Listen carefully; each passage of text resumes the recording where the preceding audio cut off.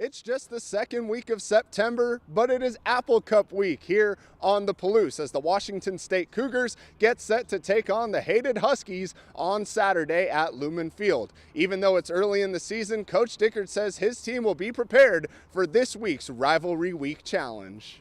Obviously, our guys will be really excited to play. I think they know what's on the line. It's an opportunity to be 1-0, and to get the Apple Cup back in Pullman is a big deal. It always has been, always will be.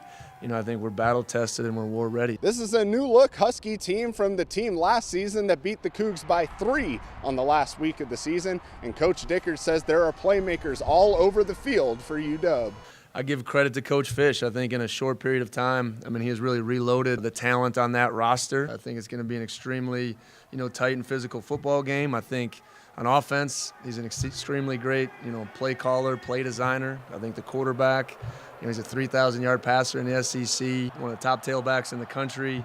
I think obviously the wide receivers and their skill players are really dangerous, and they showed that last game with a bunch of big plays.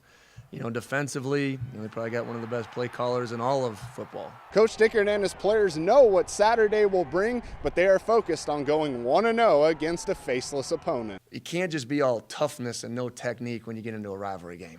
It can't just be all piss and vinegar and I forget what I'm supposed to do, right? So when you're in that moment, channel that energy. Make sure your energy dial is right. You're never too high, too low, whether that's going right or wrong throughout the course of that game. And make sure you're in that moment every moment.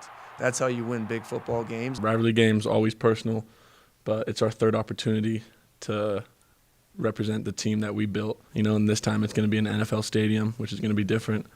And I'm really excited to go over to that city and get it done. The Cougs and Huskies will kick it off at 12:30 p.m. on Saturday afternoon. You can catch that game on Peacock.